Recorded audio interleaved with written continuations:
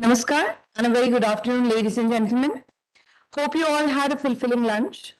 It's my pleasure to welcome you back at our 17th Sustainability Summit after lunch.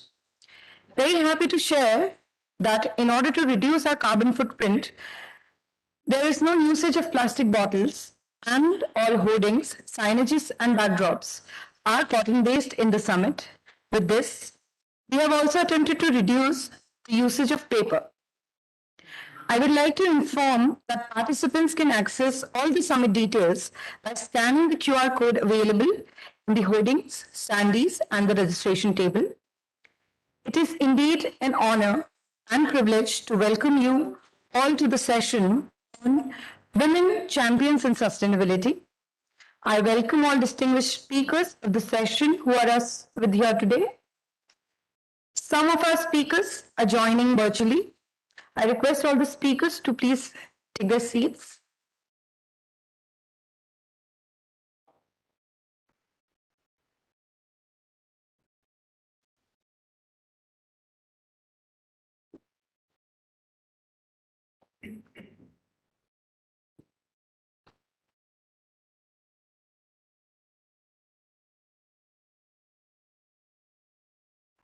Now, I request our moderator, Ms. Madhulika Sharma, Chief Sustainability Officer, ITC Limited, to initiate the session.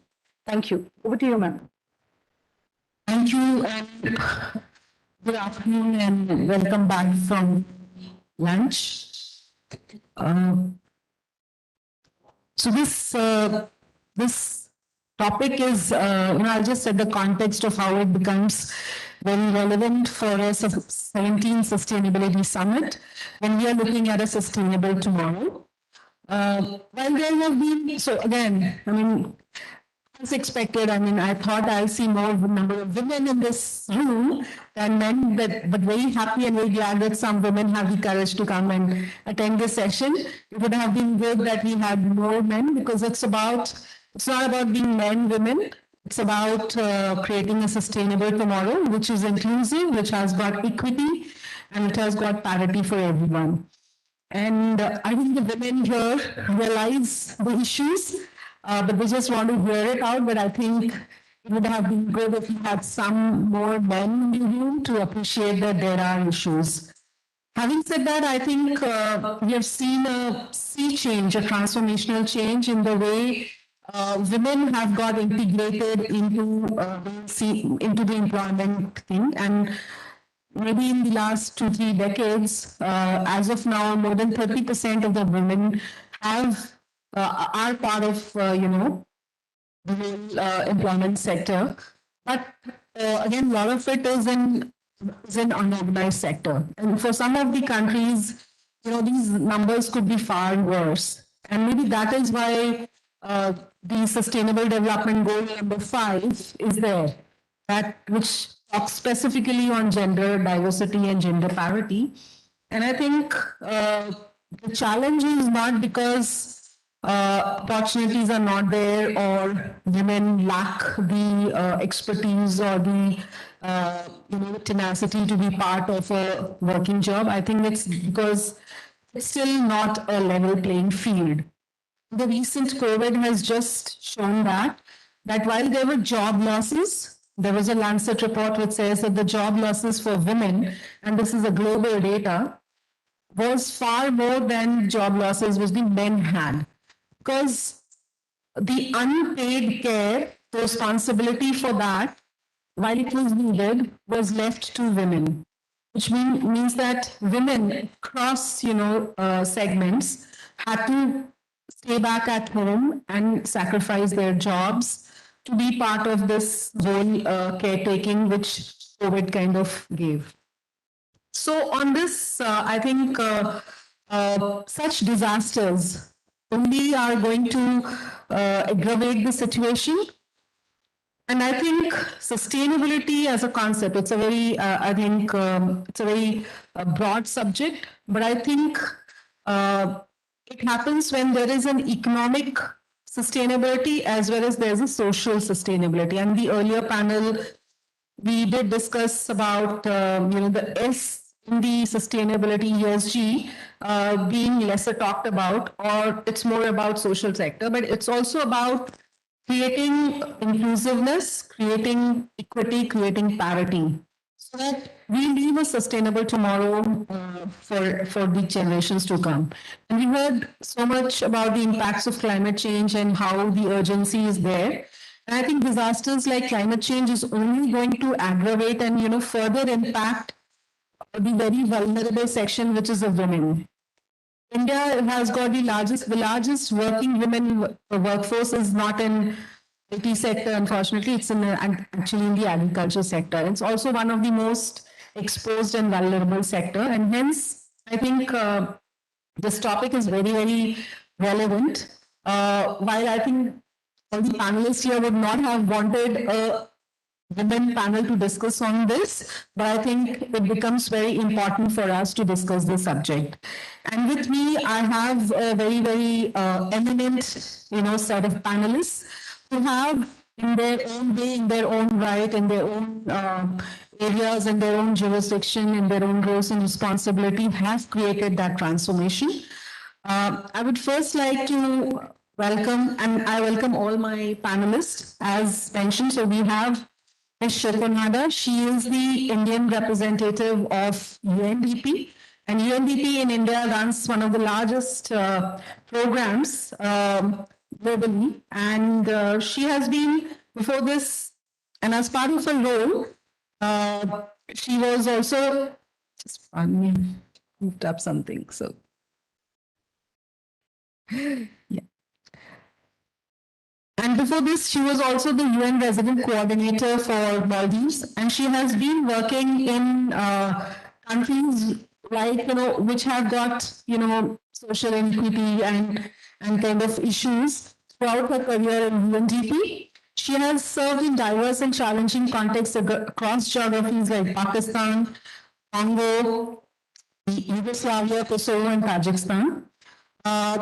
Here in India, she leads the country office activities on localizing the sustainable development goals, climate action and biodiversity, digital health and governance, and skilling. And she's a very strong proponent of gender equality. So Shoko, over to you. I think everyone wants to hear about your personal experience and how UNDP is, working on this subject, and your personal thoughts, as well as, something from your personal experience. Thank you very much. Very good afternoon to you all. I think after lunch, this session is always a little bit challenging, but I hope we'll pull it together. And great to see. I think it's actually a good mix of both women and men in this room. This panel, I must say, is not male, but women male. I don't know whether that was exists. It's all women, so which is, I think, is great. When I look at the agenda of this conference, I do also see more men representing, and that is just a quick snapshot of how far we still have to go. And as you rightly said, it's not because there are not many women, resourceful and capable women, but I think that the thinking needs to change. I was a junior officer in Tajikistan in 1998. And I was actually, that was my first job in the United Nations, and I was in charge of so-called Women in Development program. So that's 24 years ago. How far have we come? I think we have come, we have made a lot of progress, but it's still, I think, a long way to go. One of the shining examples of women's empowerment is when you look at Rwanda, 62% of MPs are women. That is remarkable. And that's the country which had gone through a terrible, horrifying civil war. But now with the political commitment from the top and from the society, they have reached 62%. And that is, I think, remarkable. UNDP globally just launched the Human Development Report. I don't know whether any of you know about the Human Development Report. I hope you do, or I hope you have seen some articles.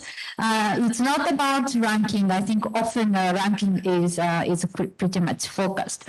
But when you look at it, yes, because of the number of crises that now we are going through for the past few years, Human Development Index, the number itself has gone down. Including gender inequality.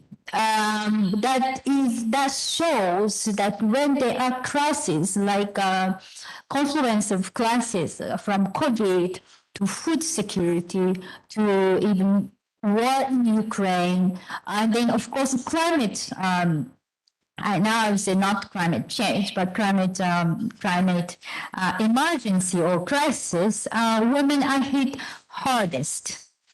I think I don't need to say so much, but so for the past two reports, so gender inequality has worsened, and that is both for India and the world. India is actually narrowing the gap between the male and female human development index achievement faster than the global average. But let's think where we started. So the Human Development Index covers health, also education, and then living standard or income. There had been a huge gap, therefore the speed that India is catching up is great, but still the gap itself is still wider than the world average. So we still have a long way to go. When we look at the women's participation in labor force, it's less than 20% here. I think this is another issue that we need to really seriously look at.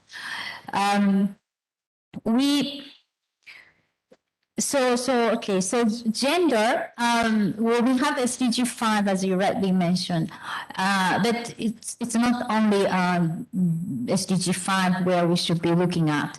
I think the gender equality should be a cross-cutting agenda concerned for all SDG Sustainable Development Goals, and we really need to work even much harder than what we do now.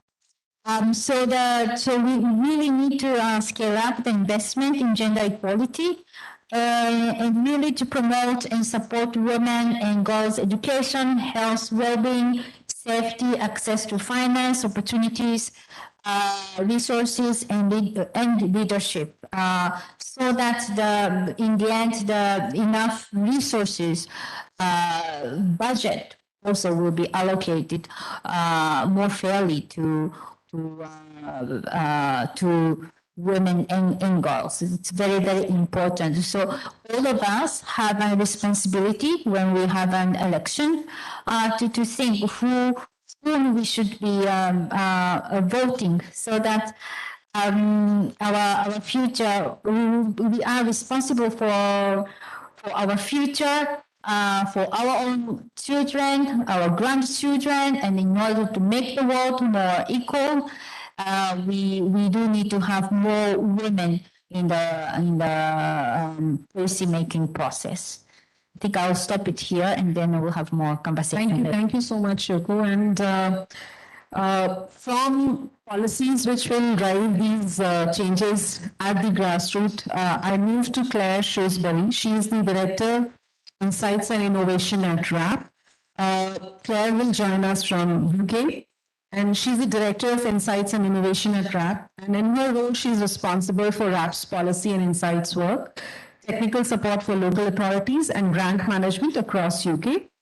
The team supports DEFRA in its implementation of resources and waste strategy and similar support programs for the development programs in Wales and Northern Ireland. Claire joined RAP in 2008 and has previously been a consultant with AE Technology.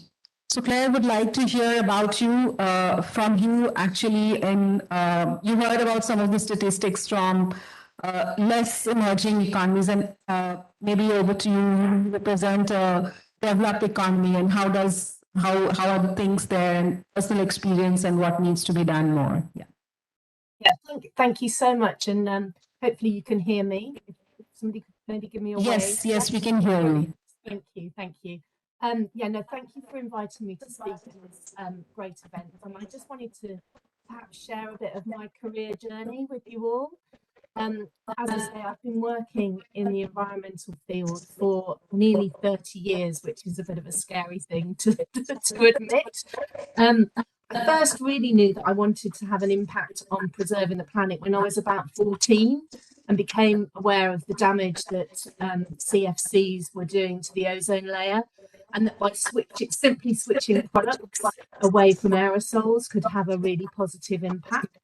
From there, I studied science and eventually did a master's in energy conservation and the environment. And as you said, my first role was with a consultancy company called CII-ITC Technology, and this was a public-owned company, and I worked on government-funded program, and it was called the Environmental Technology Best Practice Program, which I can assure you was quite a mouthful to say when you answered the phone. I was a project manager and felt really privileged that my first projects were looking at many studies to look at the environmental impact of around 10 key industrial sectors in the UK. And this was quite a job, and it gave me a really excellent grounding and understanding of the important impacts from the different parts of the economy. The head of that programme was actually a woman, and I felt pretty pleased and confident that the path for me as a woman was well trodden, but unfortunately my experience hasn't really turned out that way, and there's not been many women featuring in my career to look up to. So from my role at AEA, I went to a more commercial environmental consultancy, and during that time got married and had our first child. And even though I was doing a sort of business development role and wasn't necessarily needed 5 days a week, the company really wanted me to be 5 days a week and would not agree to me being part-time, but only part-time for a short period after I returned from having our baby. I have to say I soon left, and I would say that was their loss, and that's their narrow-minded, not being open to different ways of working, and that was probably one of a bit of a pivotal point for me. I went back to AEA and stayed there for about 7 years, had our second child, and they agreed. I worked part-time, and even during that process, I was able to rise through the consultancy ranks and became a principal consultant. And the business unit that I worked for was also headed up for a woman, and she was, I'd really like to name check her, she's called Christina Cameron, and she was a brilliant and really inspirational leader.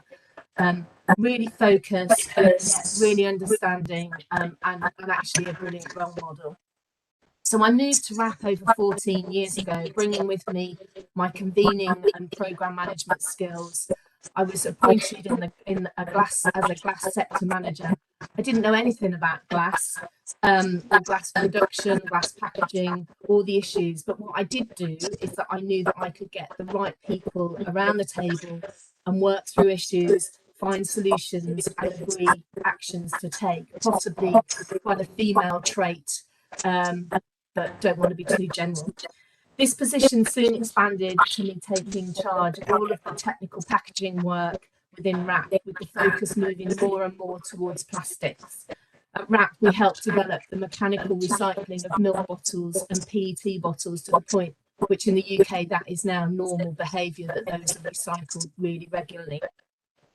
And RAP at the time was headed up by its second woman, a lady called Liz Goodwin, who now works for WRI. But at the time, all the other executive directors were all white, middle-aged men, women were very scarce at our top level.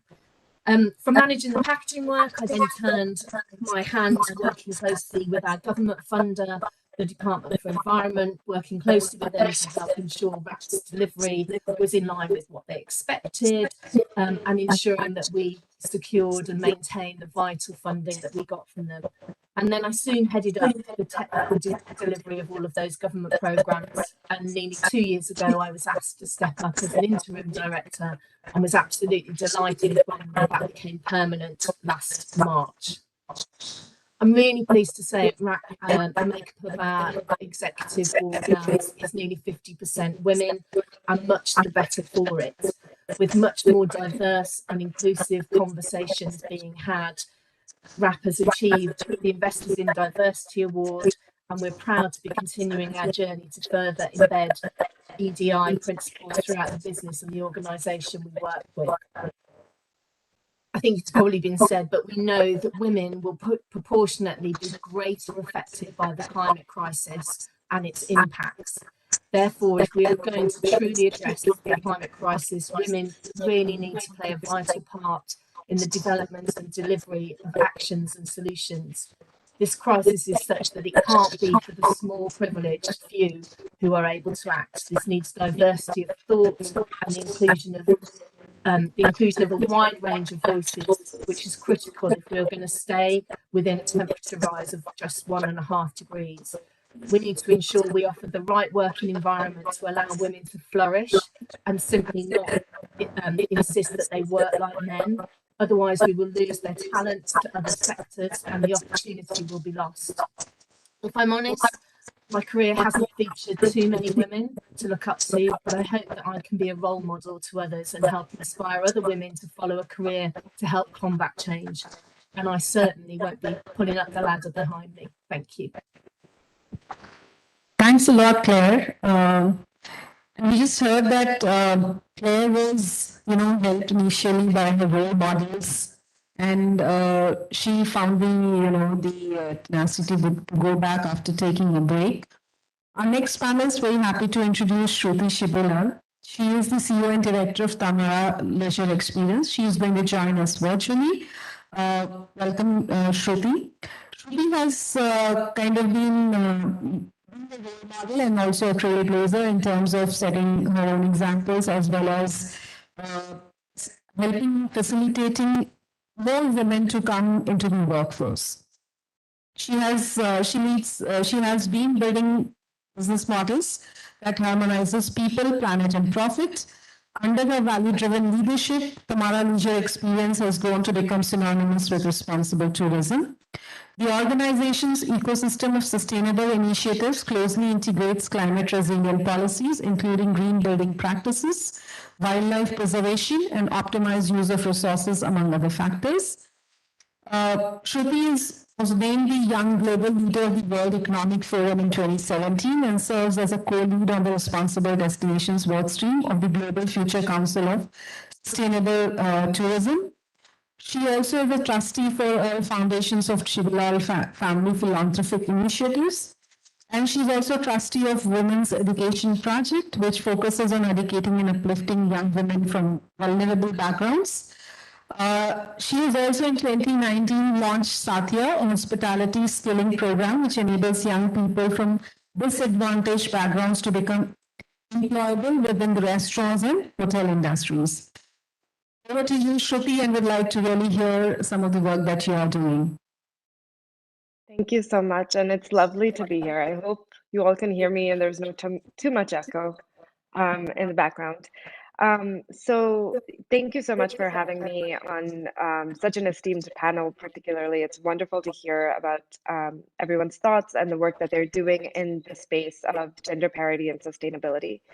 Not many people realize how impactful tourism is in India specifically. Tourism accounts for about 10% of our employment within the organized sector and around the same amount in regards to the GDP. So it's an incredibly widespread impacting sector. And of course, hospitality is a significant portion of that. A lot is being done in terms of promoting sustainable tourism, but it is an extremely complex issue. It really requires that we look at all of the various stakeholders who are there within the destinations in which tourism is occurring. It means that we need to be very conscious of how that development is happening, keeping in mind the environmental conditions of the place, avoiding things like over tourism, which causes just excessive burden on the destination. And also it needs to be resilient, right? At the end of the day, as my fellow speakers have mentioned, any sort of economic crisis or environmental crisis has a disproportionate impact on women. Women are the first to be left out of the workforce. Women are the first to be impacted in, I think, in several ways. So we have to be very, very careful in how we approach sustainable tourism and how those destinations across the world are built. In that journey, so what Tamra Leisure Experiences has focused on is and just to set a little bit of context, we are an organization that designs, builds, and operates hotels and resorts. We have primarily operated within South India over the last 10 years. We also own some hotels abroad in Germany. Our focus has always been on the idea of responsible hospitality. It's ingrained within our DNA, and it's something which really flows from the very top to the very bottom. And within that, of course, there is a focus on gender parity. So as a responsible organization, what does that mean? That means that we are looking at predominantly hiring from the local community.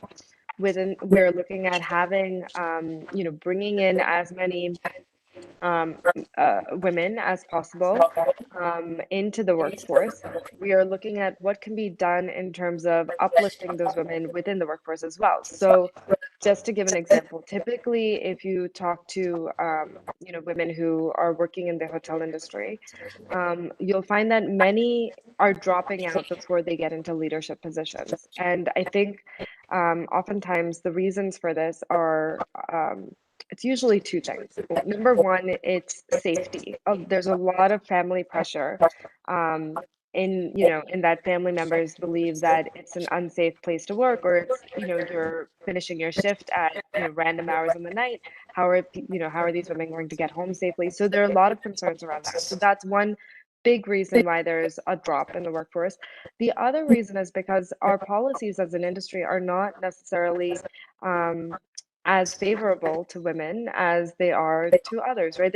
They're just not particularly fair. So when it comes to, for instance, things like maternity leave and things like, career development, it may not be as fair as maybe the intention is.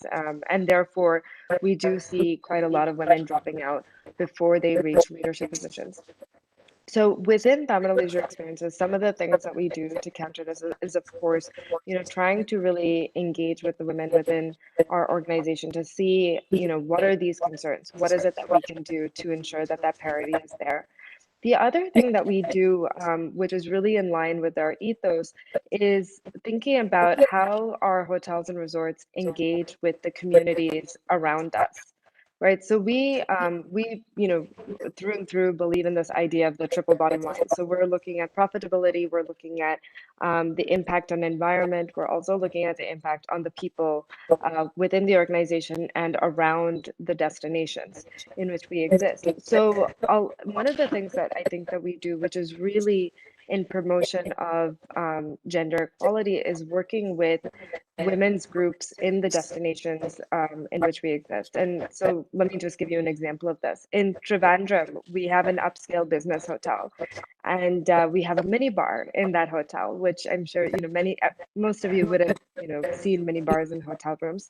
Our snacks in those mini bars are stocked by a women's group, a self-help group, which is creating authentic local snacks, which then we are giving to our guests as local flavors. So not only are we able to give our guests a phenomenal experience and like give them a taste of the local culture and the local food through that, even though it's a business hotel, it's not even a typical resort or anything like that, but we're able to do that. We're also supporting women in the community by engaging with them on a business, on an economic level. And that's something that we're continuing to strive for. And I think tourism really has the ability to create that impact and bring about a lot more opportunity. I think the other place where, tourism has a place to, sustainable tourism has a place in improving gender parity is really thinking about the economic driving force that it has when it enters a destination. Now, again, over tourism is a problem. So I'm not, I won't be talking about that. But what I'm saying is that, there are a lot of rural parts of our country, and I'm focusing on India here. There are a lot of rural parts of our country which are genuinely interesting to guests. And, people really want to go and visit and they want to have these authentic experiences.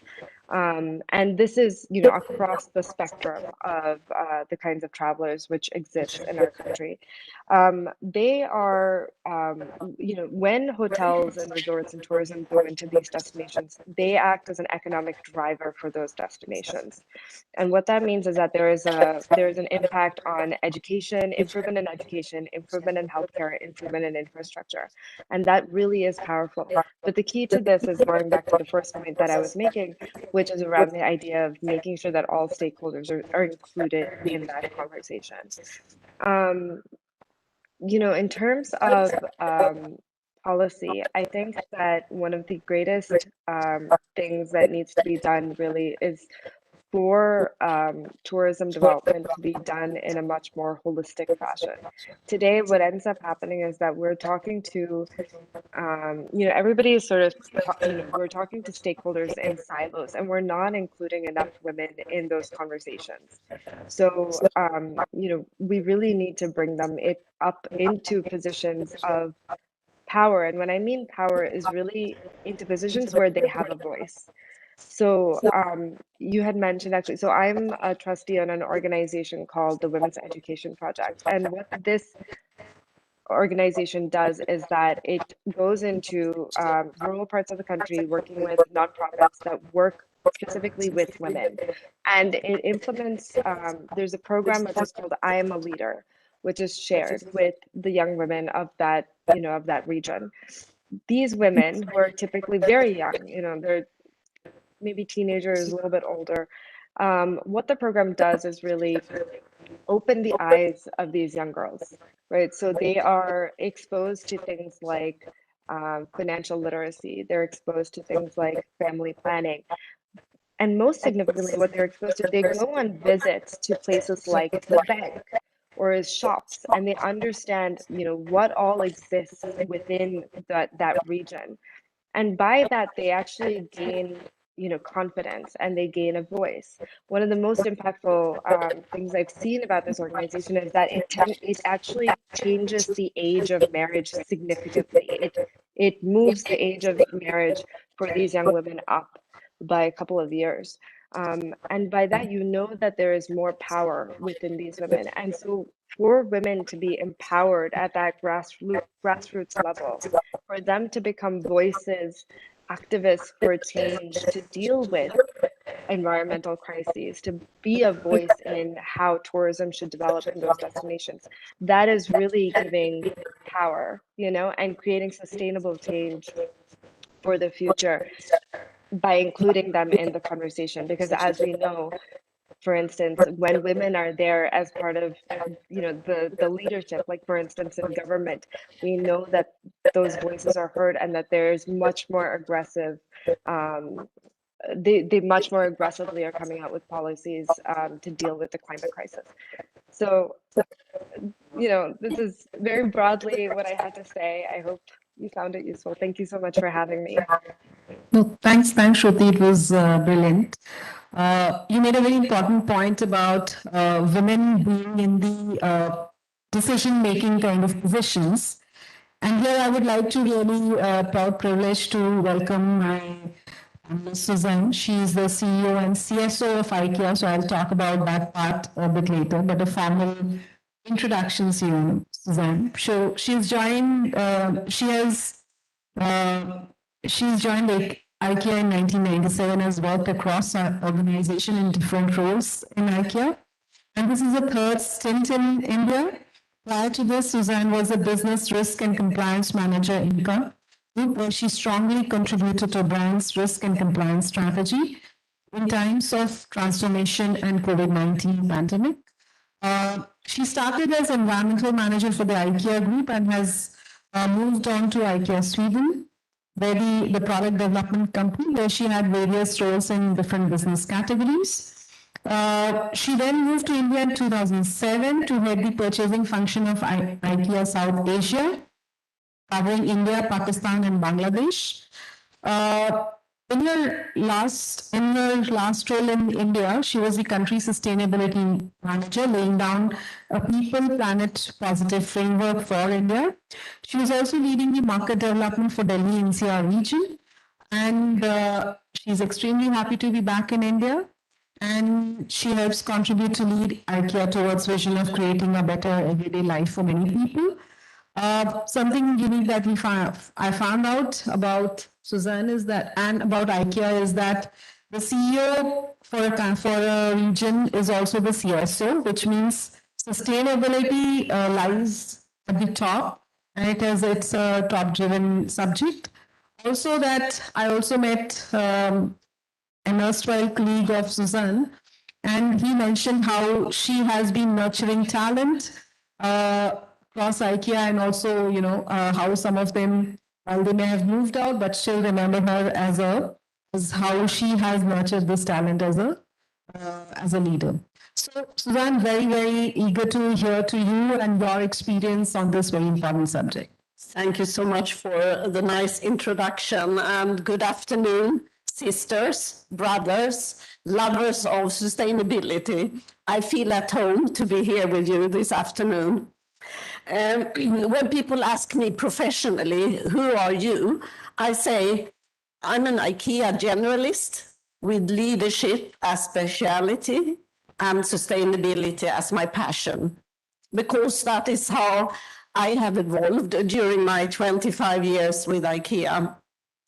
The sustainability was not even mentioned, sustainability 25 years back. It was environmental. So I started as environmental manager for the IKEA group. And at that time, I happened to see a list of the 200 top managers within IKEA. I happened to be one of them, and it was 5 other sisters together with me. That was how the diversity was 25 years back. There was something in environment and sustainability that was part of the values of IKEA. So our managers, the leaders said, yes, we should have it. But I think far too few understood why. So my mission was to create awareness of why is it important for a business to work with sustainability, and what is it we need to do as a business, and what is it to take responsibility as a business today and even more so tomorrow. I must say, I got help from some friends in the NGO circle. So when WWF, Greenpeace, and many other NGOs knocked on our door and asked us to speed up, I thanked them, but secretly. That helped, of course, to drive our agenda. So what we did back then already was, of course, to start at the core. The range is our identity. And we started to look at what is it that we actually sell and how can we do it better. So starting from the material and how we design the products, how we can make them smarter, have less impact on the environment, how we can phase out hazardous chemicals, limit the presence of them, how can we produce in a way where workers in our factories are having a better working condition, both socially, and how we can take care better on the environment, transportation, and many other things started back 25, 30 years. So it has been a long journey, and that journey, of course, never ends.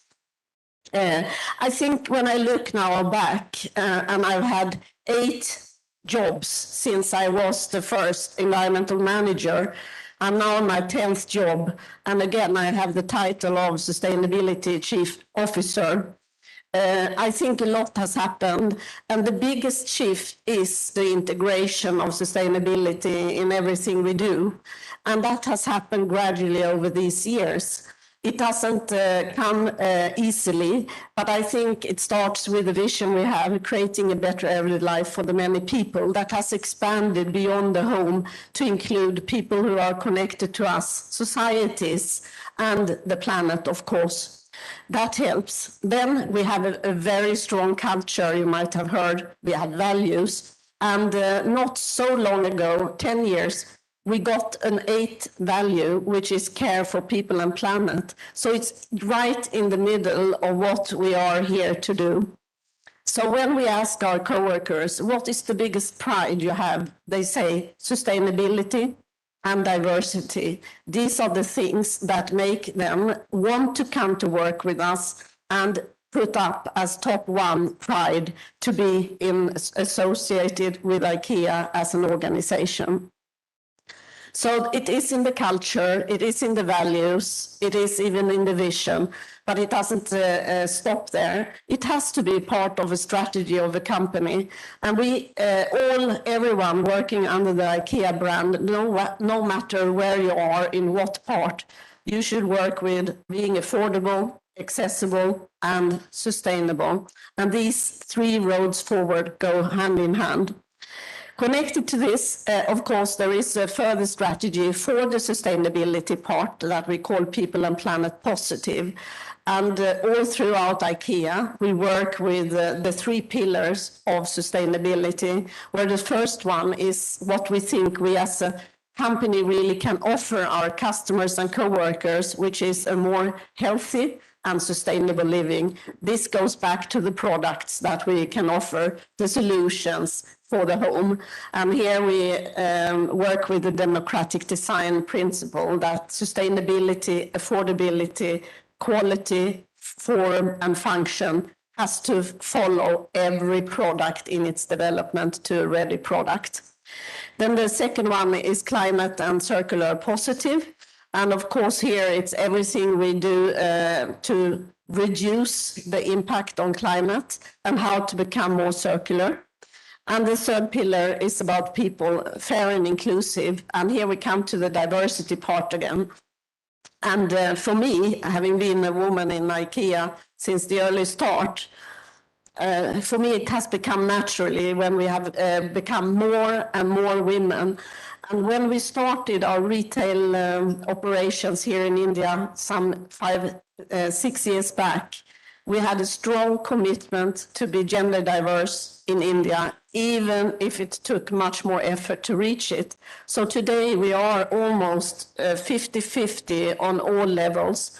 In my own management team, we are 10 people, we are 7 women. So now I need to watch out so we don't create an overweight of women in my own team. It's really the right way to go, and it's possible. And we try to, with policies, make it also possible to combine being and having a family, being a woman. And we offer equal opportunities for the men to also take paternity leave.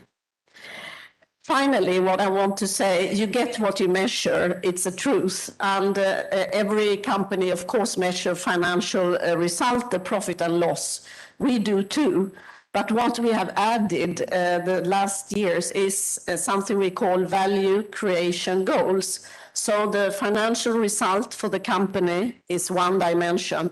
The second one is our customers. How happy are they to be our customers? The third is the co-workers. How do they feel?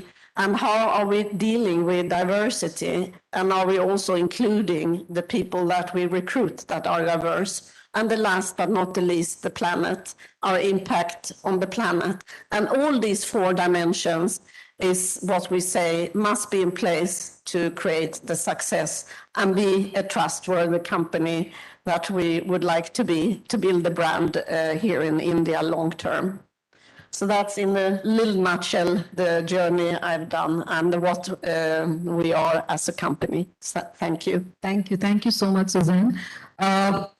So this was a short panel. While I have a host of questions, I would actually go back to the audience and use the availability of such an eminent panelist. And if you have any questions, please shoot.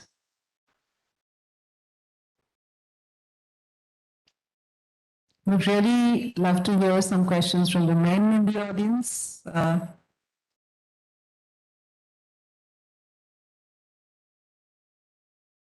So lunch was pretty heavy. There's one, yeah. If you can just name the panelists, then that would be great. Good afternoon. My question is for Susan. So, Susan, when you had got this thought of building sustainability in the way of doing business, what was the first step towards it? I'm asking it in context of, so we are a consulting firm specializing in sustainability.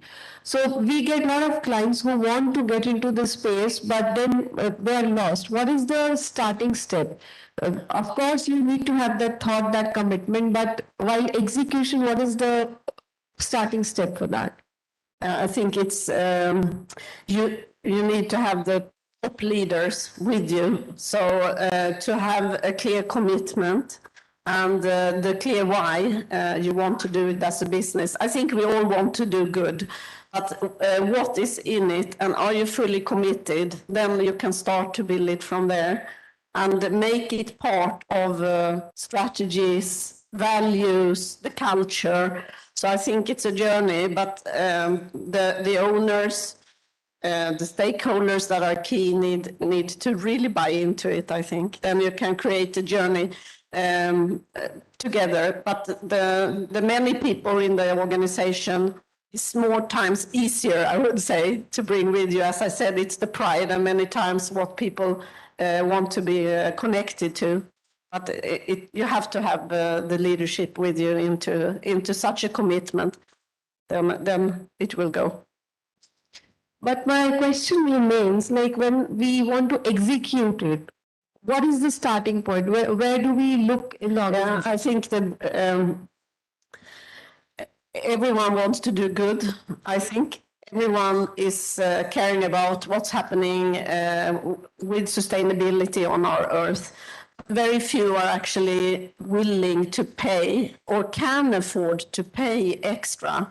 So I think very few can, you can't build a business model. It's then only for the few. So when we can combine affordability with sustainability, it's the breakthrough. And I think that goes. So if you can find it, and it doesn't have to cost, maybe in the beginning in an investment, but many times we have seen over and over again, it's good business to do good business. So to find the combination where you don't ask for an increased price or a premium on sustainability. Thank you. Would it be okay if I added to that a little bit?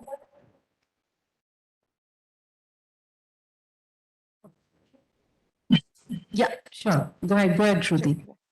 Okay, no, so in terms of where to start when you're looking at your sustainability journey, I think honestly, like what I've seen with sustainability is that it comes from leadership, right? So if leadership commits to it, then it's a matter of applying your mind and finding the first few things that you can overcome. So like for instance, my organization is right now going through this entire initiative of removing all single-use plastics, and it's been a year and a half journey into that. But this was something we did 10 years into our sustainability journey. When we started with very basic things. We started with talking about waste, reducing our waste, looking at our energy consumption, reducing that, and reducing our water consumption. And those were sort of those are the initial hurdles that we said, okay, let's just look at optimizing this. And of course, every year since, we've been able to make improvements on those initial three, but we've added on more things. But it came from just starting somewhere. But even before that, what I find is that, sustainability is not, if you try to tackle everything all at once, it's incredibly overwhelming and challenging. But if leadership commits to it and applies mindfulness to it, it's actually much easier to do. But it is a journey. Nothing happens overnight. It takes time for any organization to get there, but it can be, it has to be approached from that perspective. Thank you, Shruti. And I think while there are many unanswered questions, at least from me, I think the next panel is about to start. Thank you for all of you for being here, and thank my panelists for being here and sharing your thoughts and experience. And really looking forward to all of you, sitting here in the room, taking some key takeaways. All of you are part of the workforce, and please see how you can, bring in much more diversity. It's necessarily not gender diversity, but much more diversity, and hence a more equitable society, and that's